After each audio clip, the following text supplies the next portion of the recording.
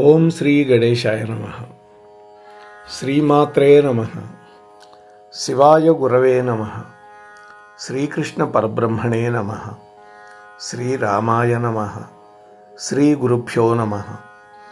నారాయణం నమస్కృత్య నరం చైవ నరోత్తమం దేవీం సరస్వతీం వ్యాసం తతో జయముదీరయేత్. సచ్చిదానందరూపాయ విశ్వోత్పత్యాదిహేతవే తాపత్రయ వినాశాయ శ్రీకృష్ణాయ వయం నమః. మోహనవాణి ఛానల్ ద్వారా ఈ వీడియోని వీక్షిస్తూ ఉన్నటువంటి భక్తామ తల్లులకు తండ్రులకు ముందుగా నా యొక్క సాధువాదాలు. ఈ రోజున పంచమహాకావ్యాలలో ఒకటైనటువంటి విజయ విలాసం చేమకూర వెంకటకవి విరచితమైనటువంటిది ఈ కావ్యం. దీని ఆధారంగా సుభద్రాదేవి యొక్క పరిణయగాథని చెప్పుకునే ప్రయత్నం చేద్దాం. పాండవులు ఇంద్రప్రస్థంలో ఉన్నారు. ఇంద్రప్రస్థంలో ఉన్నప్పుడు నారద మహర్షి వచ్చి ఒక నియమాన్ని పెట్టాడు. ద్రౌపదీదేవి ఒక్కొక్కరి ఇంట్లో సంవత్సరం పాటు ఉండాలి అని. ఆ సమయంలో మిగిలిన నలుగురు ఎవ్వరు కూడా వాళ్ళు ఉండేటటువంటి మందిరంలోకి వెళ్ళకూడదు, అభ్యంతర మందిరంలోకి వెళ్ళకూడదు. ఇది వాళ్ళు పెట్టుకున్న నియమం. కానీ ఒక లీల జరుగుతుంది కదా. ఒక బ్రాహ్మణోత్తముడి యొక్క అరణి అంటే అగ్నిని ఉత్పాదన చేసేటటువంటి పరికరం. దాంతోనే యజ్ఞం చేయాలి, అగ్గిపెట్టి పనికిరాదు యజ్ఞం చేయటానికి. ఆ అరణిని అపహరించుకుపోయింది ఒక దొంగ. అప్పుడు ఆయన అర్జునుడి దగ్గరకు వచ్చి మొరపెట్టుకున్నాడు. ఆయుధాలన్నీ ధర్మరాజు ఉండే మందిరంలో ఉంటాయి. అప్పుడు ద్రౌపదీదేవి ధర్మరాజు మందిరంలో ఉంది. మరి బ్రాహ్మణుడి యొక్క రక్షణ, అందులో యజ్ఞ రక్షణ. వెంటనే అర్జునుడు ఆ మందిరంలోకి వెళ్ళి అన్నకి నమస్కరించి అన్న అనుమతి తీసుకొని తన గాంధీవం అమ్ముల పొదులు అవి తీసుకొని వెళ్ళిపోయి ఆ దొంగని శిక్షించి తీసుకొచ్చి ఇచ్చేశాడు. అయితే వాళ్ళు ఒక నియమం పెట్టుకున్నారు. ఎవరైతే అలా మందిరంలోకి ప్రవేశిస్తారో, ద్రౌపది ఉన్న మందిరంలోకి, వాళ్ళు ఒక సంవత్సరం పాటు తీర్థయాత్రలు చేయాలి. కొన్ని చోట్ల 12 ఏళ్ళు అని కూడా ఉంది. మరి అది 12 ఏళ్ళ ఒక సంవత్సరమా అది పక్కన పెడదాం. తీర్థయాత్రలు చేయాలి. అర్జునుడు అన్నాడు, అన్నయ్య నేను పొరపాటు చేశాను కాబట్టి నేను తీర్థయాత్రలకు బయలుదేరతాను అన్నాడు. నాయనా, అన్నయ్య వదిన నీకు వదిన అవుతుంది ఇప్పుడు, నా దగ్గర ఉంది కాబట్టి. అన్నా వదినలు తల్లిదండ్రులతో సమానం కాబట్టి వాళ్ళు ఎక్కడున్నా ఏ సమయంలోనైనా పుత్రుడిగా ఉండేవాడు వెళ్ళొచ్చు. నువ్వు పుత్ర సమానుడు కాబట్టి తప్పే లేదు, నువ్వేం వెళ్ళక్కర్లేదు అన్నాడు. ఒక ధర్మ సూక్ష్మం చెప్పాడు అందులో. కానీ అర్జునుడు ఒప్పుకోలే. అన్నయ్య, ఇవాళ ఏదో మనకు అవసరమని ఈ విధంగా ఒక ధర్మ సూక్ష్మాన్ని అడ్డం పెట్టుకొని నేను వెళ్లకుండా ఉండటం అనేది ధర్మం కాదు అని చెప్పి కొంతమంది బ్రాహ్మణులని వెంట పెట్టుకొని అర్జునుడు వెళ్ళాడు. ఆ సందర్భంలో అర్జునుడు 3 పెళ్ళిళ్ళు చేసుకున్నాడు. ఒక గంధర్వ కన్య, ఒక నాగకన్య. ఉలూపి అనేటువంటి ఆమె నాగకన్య, మరొక గంధర్వ కన్య. వీళ్ళిద్దరినీ పెళ్లి చేసుకొని వాళ్ళ ద్వారా వచ్చిన సంతానాన్ని వాళ్ళకే ఒప్పచెప్పి అక్కడి నుంచి మొత్తం పూర్తి చేసుకొని ద్వారకా నగరానికి రాబోతున్నాడు. ఇక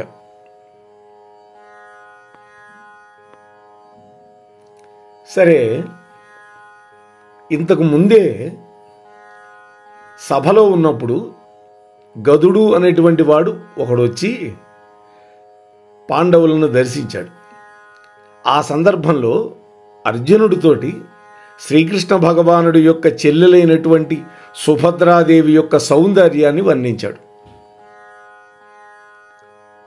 ఇదే ఇక్కడ మనం పట్టుకోవాల్సిన పాయింట్. ఇది జరిగింది ఎప్పుడు? తీర్థయాత్రల కంటే ముందు జరిగింది. ఆ తర్వాత ఈ బ్రాహ్మణుడి యొక్క ఘటన జరిగింది. అంతకుముందే సుభద్రాదేవి యొక్క సౌందర్యాన్ని విని ఉన్నాడు ఈ గదుడు అనేటువంటి వాడి నోట. కానన్ సుభద్రకున్ సమంబుగాక నే మృగి విలోకనల్ నిజంబుగాక నే జగమునందు చూచి కాననల్ తదీయ వర్ణనీయ హావభావధీయవయవ కనకనోన్మఘోరేఖలేనన్నగా తరం బేగ్రక్కనల్.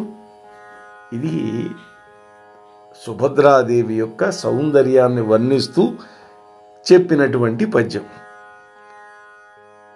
ఈ విధంగా ఆ సుభద్రాదేవి యొక్క సౌందర్యాన్ని గురించి విని అర్జునుడు ఆమె మీద మనస్సు పెట్టుకున్నాడు, మనసు పారేసుకున్నాడు, మరలు కొన్నాడు. సరే, ఆ తర్వాత ఈ సంఘటన జరిగింది.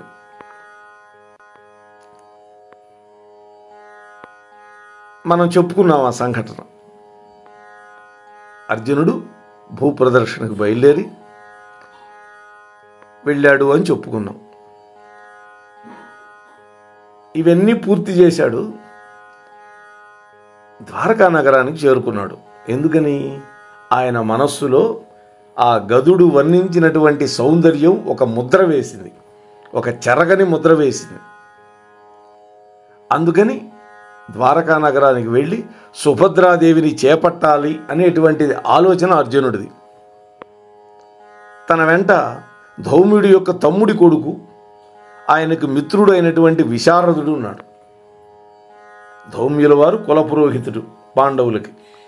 ఆయన తమ్ముడు కొడుకు అర్జునుడికి మిత్రుడు, అతడి పేరు విశారదుడు. మరికొంతమంది పరివారంతో బయలుదేరాడని చెప్పుకున్నాం. అక్కడక్కడ తీర్థయాత్రల్లో చేయవలసినటువంటి విధులు, పితృకార్యాలు అవన్నీ చేసుకుంటూ బ్రాహ్మణులకి దాన దక్షిణలు ఇచ్చుకుంటూ వెళ్ళాడు. అలా బయలుదేరినటువంటి అర్జునుడు ముందుగా వెళ్ళింది ఎక్కడికి అంటే గంగా నదీ తీరానికి వెళ్ళాడు. మొట్టమొదట అర్జునుడు గంగాదేవిని స్తోత్రం చేశాడు. ఆ రోజుకి గంగా తీరంలోనే విశ్రమించాడు. ఆ గంగలో ఉన్నటువంటి ఉలూచి అనేటువంటి ఒక నాగకన్య అర్జునుడి పైన ఎన్నేళ్లుగానో మరులుకొంది. అంతటి సౌందర్యవంతుడు అర్జునుడు. ఆమె కోరిక తీరే సమయం ఆసన్నమైంది. గంగా తీరంలో విశ్రాంతి తీసుకున్నటువంటి అర్జునుడు చూసి ఆమె అన్నది, రాజసము తేజరిల్లు నీ రాజుగూడి ఇంపు సొంపులు వెలయ క్రీడింపవలదే అనుకున్నది. మంచి రాజసం ఒప్పారుతూ తేజస్సుతో విరాజుతూ ఉన్నటువంటి ఇంపు సొంపులు కలిగినటువంటి ఇతడితో క్రీడించాలి అనుకున్నది. అని అనుకొని అతన్ని తన నాగలోకానికి తీసుకువెళ్ళిపోయింది. నాగకన్య కదా. అక్కడ అర్జునుడు కళ్ళు తెరిచి చూసి ఆశ్చర్యపోయాడు.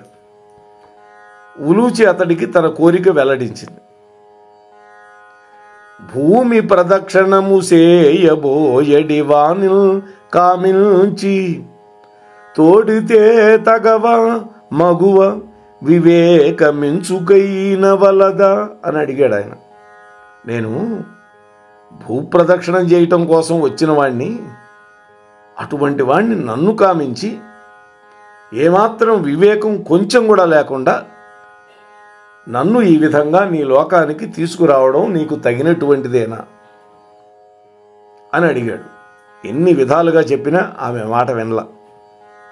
తనను చేపట్టకపోతే ప్రాణత్యాగం చేస్తానంది. అప్పుడు అన్నది ఆమె, చెరకు విలుకాని బారికి వెరచి నీదు మరుగు చేరితి చేపట్టి మనుపునల్ను ప్రాణదానంబు కన్నను వ్రతముగలదే ఎరుగవే ధర్మపరుడవు నృపకుమారా అద్భుతమైన ధర్మం చెప్పింది. చెరకు విలుకాడైనటువంటి మన్మథుడి యొక్క బారికి తట్టుకోలేక నేను నీ నీడను చేరాను. అందువల్ల నన్ను చేపట్టి నన్ను కృతార్థురాల్ని చేయి, లేకపోతే నా ప్రాణం నిలబడదు. ప్రాణదానం కంటే గొప్ప వ్రతం ఈ లోకంలో ఏమైనా ఉందా? ఇంత మాత్రం కూడా తెలియనటువంటి ధర్మపరుడువా నువ్వు, ఓ రాజకుమారా అన్నది. ఆ విధంగా అతన్ని ఒప్పించి ఉలూచికి ఇరావంతుడు అనేటువంటి కుమారుణ్ణి ఇచ్చాడు. ఇదంతా ఒకే రాత్రిలో జరిగిపోయింది. అంటే నాగకన్యలు ఇటువంటి వాళ్ళకి సజ్జోగర్భం ఉంటుంది. అప్పటికప్పుడే గర్భం, అప్పటికప్పుడే పిల్లవాడు పుట్టం, అప్పటికప్పుడే పెద్దవాడు కావటం. ఇది మరుసటి రోజు ఉదయం తన మిత్రులంతా ఎదురు చూస్తారు, నేను వెళ్ళకపోతే, నన్ను చూడకపోతే వాళ్ళు కలత పడతారు అని ఉలూచికి నచ్చజెప్పి అక్కడి నుంచి బయలుదేరి మిత్రులతో కలుసుకొని తన భూప్రదక్షిణ కొనసాగించాడు.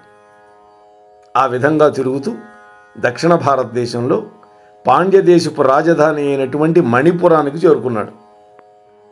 ఆ రాజ్యానికి మలయధ్వజుడు అనే ఒక రాజు, అతడికి ఒక కూతురుంది. ఆమె పేరు చిత్రాంగద. ఆమె సౌందర్యానికి ముగ్ధుడైనటువంటి అర్జునుడు తన ప్రక్కనే ఉన్న మిత్రుడున్నాడు కదా విశారదుడు, రాయబారం పంపించాడు పెళ్లికి. అర్జునుడిని అల్లుడుగా చేసుకునేందుకు మలయధ్వజుడు సంతోషంగా అంగీకరించాడు. అలా వాళ్ళ యొక్క వివాహం అత్యంత వైభవంగా జరిగిపోయింది. కొంతకాలం ఉన్నాడు అక్కడ ఆ రాజ్యంలో. కాలక్రమేణా చిత్రాంగద గర్భాన్ని ధరించింది. బబ్రువాహనుడు అనేటువంటి పిల్లవాడు పుట్టాడు. కుమారుడి యొక్క అచ్చట్లు ముచ్చట్లు తీరిన తర్వాత అర్జునుడు మళ్ళా తన భూప్రదర్శనకు బయలుదేరాడు. అప్పుడు వాళ్ళు అడిగారు, ఈ పిల్లవాడిని మా రాజ్యానికి ఉత్తరాధికారిగా ఇక్కడే ఉంచు అన్నారు. సరేనన్నాడు. వాళ్ళు ముందే పెట్టారు ఈ నియమం, మనం చెప్పుకోలేదు. అక్కడి నుంచి బయలుదేరాడు. అలా తిరుగుతూ తిరుగుతూ సౌభద్రా నదిలో శాపగ్రస్తులైనటువంటి మొసళ్ళకి శాప విమోచనం కలిగించాడు. 5 మడుగుల్లో ఉన్నారు వాళ్ళు. ఒక మడుగులో దిగంగానే ఒక మొసలి పట్టింది, ఇస్సిరి ఒడ్డును బారేశాడు. ఒక దేవకాంతగా మారిపోయింది. ఆమె అడిగింది, మిగతా 4 కన్యలు కూడా 4 మడుగుల్లో ఉన్నారు, వాళ్ళను కూడా రక్షించు అని. వాళ్ళను కూడా రక్షించాడు. శాప విమోచనం కలిగించి అక్కడ నుండి పశ్చిమాన ఉన్నటువంటి ద్వారకా నగరానికి చేరుకున్నాడు. ఇది అసలు ఆయన కోరిక మనస్సులో ఉన్నది ఇదే. కాకపోతే మధ్యలో 2 కార్యాలు కూడా చేశాడు. అక్కడికి చేరుకున్న తర్వాత శ్రీకృష్ణ పరమాత్మను తలుచుకున్నాడు అర్జునుడు. అది ఆయన చేసిన మంచి పని. శ్రీకృష్ణుడు అతని ముందు ప్రత్యక్షమైనాడు. ఒక సలహా చెప్పాడు, అర్జున, నువ్వు ఒక సాధు వేషం ధరించి రైవతక పర్వతం మీద ఉండు అని ఆదేశించాడు. రైవతకము అనే పర్వతం పేరు. మరుసటి రోజు అక్కడ ఒక గొప్ప సన్యాసి వచ్చి ఉన్నాడని ద్వారకా నగర వాసులందరికీ కూడా చాటింపు వేసేటట్టుగా చేశాడు అర్జునుడు. వాళ్ళకు ఒక లక్షణం ఉంది యాదవులకి, ఇలాంటి మహాత్ములు సాధువులు వస్తే వారిని సందర్శించటం ఇదంతా. బలరామకృష్ణుడు కూడా వచ్చారు, ఆయన దర్శనం చేసుకున్నారు. అప్పుడు బలరాముడు అర్జునుడిని నిజమైనటువంటి సన్యాసిగా భావించాడు, తన రాజ్యానికి ఆహ్వానించాడు. అర్జునుడు కూడా కావాల్సింది అదేగా, కృష్ణుడు కూడా అదే సలహా ఇచ్చాడుగా. ఆ ఆహ్వానాన్ని మన్నించి ద్వారకా నగరానికి వచ్చాడు. బలరాముడు అతడి సేవ కోసం తన చెల్లెలైనటువంటి సుభద్రాదేవిని నియమించాడు. ఊరికే కృష్ణుడు అన్నాడు, అన్నయ్య, ఈ సాధువు చూస్తే యువకుడుగా ఉన్నాడు, మరి మన చెల్లెల్ని అలా సేవకు నియోగించడం ప్రమాదమేమో అన్నాడు నటనకి. సాధువులు గొప్పవాళ్ళు, అలా అనకూడదు కృష్ణ, తప్పు అన్నాడు బలరాముడు. సుభద్ర కూడా ఆ కపట సన్యాసికి సేవలు చేస్తూ ఉంది. ఒకనాడు ఆమెకు శకున శాస్త్రం చెప్పాడు అర్జునుడు. మాటల్లో ఒకరోజు సుభద్ర అడిగింది, మీరు ఇంద్రప్రస్థము కనినారా? ఓ సాధు పురుష, మీరు ఇంద్రప్రస్థము కనినారా? పాండవుల చూచినారా? సఖులై వారందరూ ఒకచోనున్నారా? వీరాగ్రగణ్యు నరునెరుంగుదురా అని అడిగింది. మీరు ఎప్పుడైనా ఇంద్రప్రస్థం వెళ్ళారా? పాండవులను చూశారా? వాళ్ళందరూ స్నేహంగా ఒకచోట ఉంటున్నారు కదా, వాళ్ళల్లో వీరాగ్రగణ్యుడైనటువంటి నరుణ్ణి మీరు ఎరుగుదురా అని అడిగింది. ఇప్పుడు అర్జునుడిని వర్ణిస్తున్నది. ఎగు భుజంబులవాడు మృగరాజమచ్చమంబుడికి పుచ్చుకొను నెన్నడుమువాడు, నెరివెండ్రుకులవాడు నీలంపు నికరంపు మెరుగు చామన ఛాయ మేనివాడు, గొప్ప కన్నులవాడు కోదండగుణ కీణాంకములైన ముంజేతులు అమరువాడు, బవిరిగడ్డమువాడు పన్నిదంబిడి దాగవచ్చు నందపు వెనుమచ్చగలవాడు, గరగరనివాడు నవ్వు మొగంబువాడు చూడకలవాడు మేలైన సొబగువాడు, వావి మేనత్త కొడుకు కావలయు నాకు అర్జునుడు పరాక్రమ ఉపార్జనుడు. ఆహా, ఈ పద్యం ఎంత అద్భుతంగా వర్ణించాడో చూడండి చేమకూర వెంకట కవి. ఆ అర్జునుడికి ఎగు భుజాలు ఉంటాయిట, అంటే ఈ భుజాలు కొంచెం ఉన్నతంగా ఉంటాయి. సింహం వంటి నడుము కలిగినటువంటి వాడు, నల్లటి వెంట్రుకలు, గిరజాల జుట్టు ఉంటుంది ఆయనకి, చామన ఛాయతో ఉంటాడు, గొప్ప నేత్రాలు కలిగిన వాడు, కోదండ విద్యలో ఆరితేరినటువంటి వాడు, ముంజేతులకి కంకణాలు వేసుకొని ఉంటాడు, కొద్దిగా గడ్డం ఉంటుంది, బవిరి గడ్డం. అటువంటి వాడిని అర్జునుడిని మీరు చూశారా? నాకు వరసకి మేనత్త కొడుకు అవుతాడు ఆ అర్జునుడు అని చెప్పింది. అంటే కుంతీదేవి, ఆమె పేరు మొదటి పేరు పృథా, వసుదేవుడి యొక్క చెల్లెలు. కుంతిభోజుడు అనేటువంటి రాజుగారికి పెంపకం ఇచ్చారు. కుంతిభోజుడి ఇంట్లో పెరిగింది కాబట్టి ఆమెకు కుంతి అని పేరు వచ్చింది. కుంతిగా సార్థక నామధేయురాలు అయిపోయింది. ఈ విధంగా అడిగింది సుభద్రాదేవి. ఆమె మనస్సును గ్రహించాడు అర్జునుడు. తానే అర్జునుడిని అసలు విషయం బయటపెట్టాడు. నీకై తపంబు చేసెద నీకైవడి దాపనేల ఏనర్జనుడను లోకోత్తర శుభలగ్నంబో కోమలి నేడు కోర్కులొడగూర్పగదే అన్నాడు. నీకోసం గొప్ప తపస్సు చేస్తున్నాను నిన్ను భారీగా పొందటానికి. ఇంకా దాచిపెట్టేది ఎందుకు? నేనే అర్జునుణ్ణి. లోకోత్తరమైనటువంటి శుభ లక్షణాలు కలిగినటువంటి ఓ కోమలి, ఈరోజే మనం పెళ్లి చేసుకుందాం అన్నాడు. తన నిజ రూపం తెలియజేసినటువంటి అర్జునుడు తనని గాంధర్వ వివాహం చేసుకోమని సుభద్రాదేవిని అర్థించాడు. కానీ సుభద్ర ఒప్పుకోలందుకు. కుదరదు, పెద్దల యొక్క సమక్షంలోనే మన కళ్యాణం జరగాలి అని తెగేసి చెప్పింది.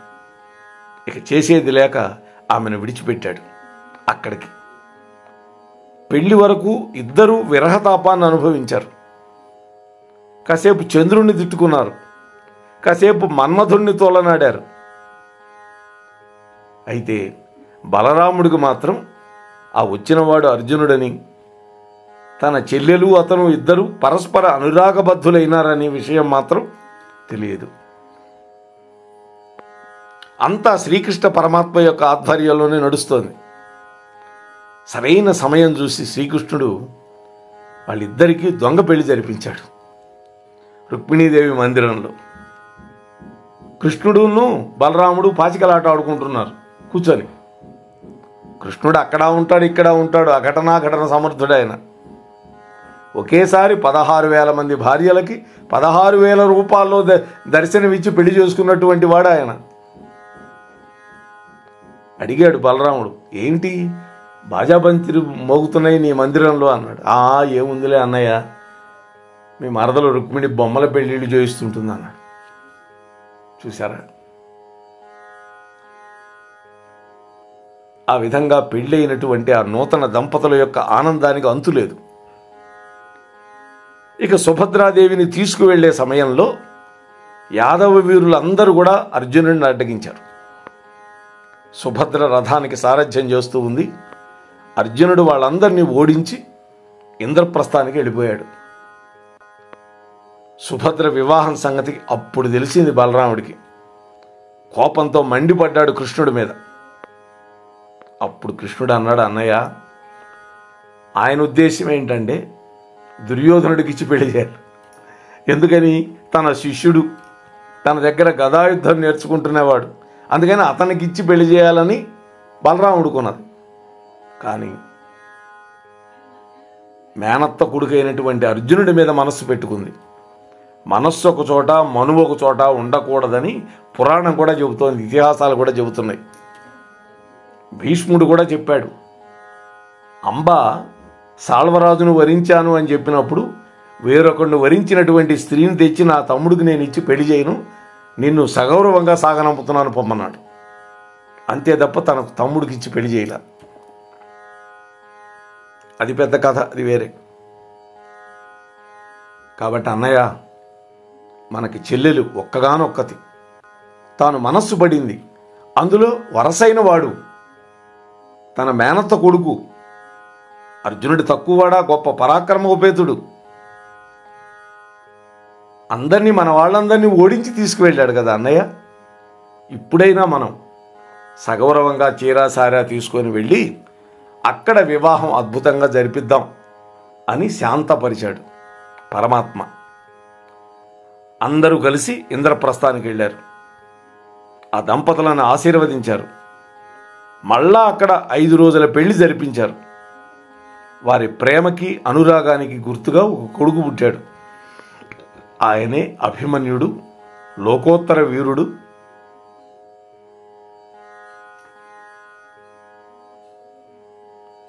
పద్మవ్యూహంలో ప్రాణాలు విడిచిపెట్టాడు. అందరూ కుట్రబన్ని ఒక్కటై వీరులందరూ చంపేశారు. ఇక్కడ నా హృదయం కూడా కొంచెం చెలించింది. అందువల్ల ఒక్క క్షణం మాట ఆగిపోయింది నా గొంతులో నుంచి. అయితే ఈ కావ్యం ఇక్కడితో ముగుస్తుంది. ఈ కథ ముఖ్యంగా విజయ నామధేయుడైనటువంటి అర్జునుడి యొక్క తీర్థయాత్రలు, భూప్రదక్షిణ, ఆ సందర్భంలో ఉలూచి, చిత్రాంగద, సుభద్రాదేవి వీళ్ళ ముగ్గురులతోటి వివాహం, ఇంతవరకు వివరించిన కథ చెప్పినటువంటి తీరు అందరినీ ఆకట్టుకుంటుంది. పద్యాలు కూడా చూడండి, చక్కటి తేట తెలుగు పద్యాలు ఉంటాయి ఈ కావ్యంలో. అందువల్ల ఈ కావ్యాన్ని అందరూ కూడా తప్పకుండా చదివి తీరాలి.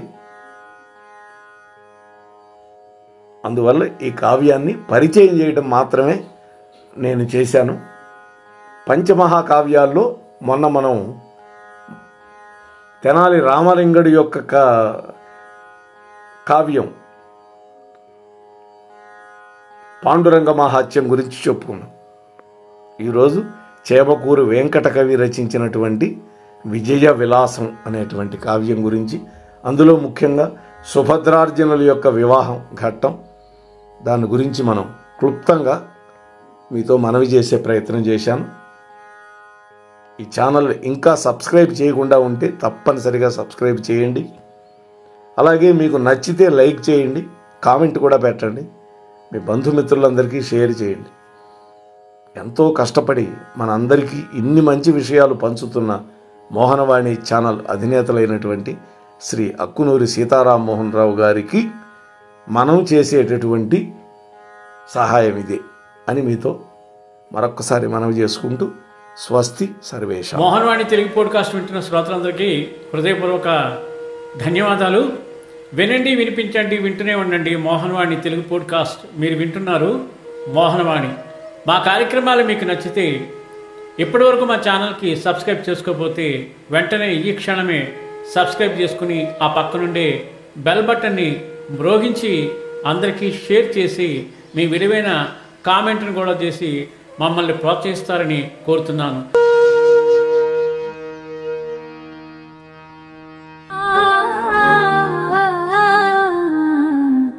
మోహనవాణి.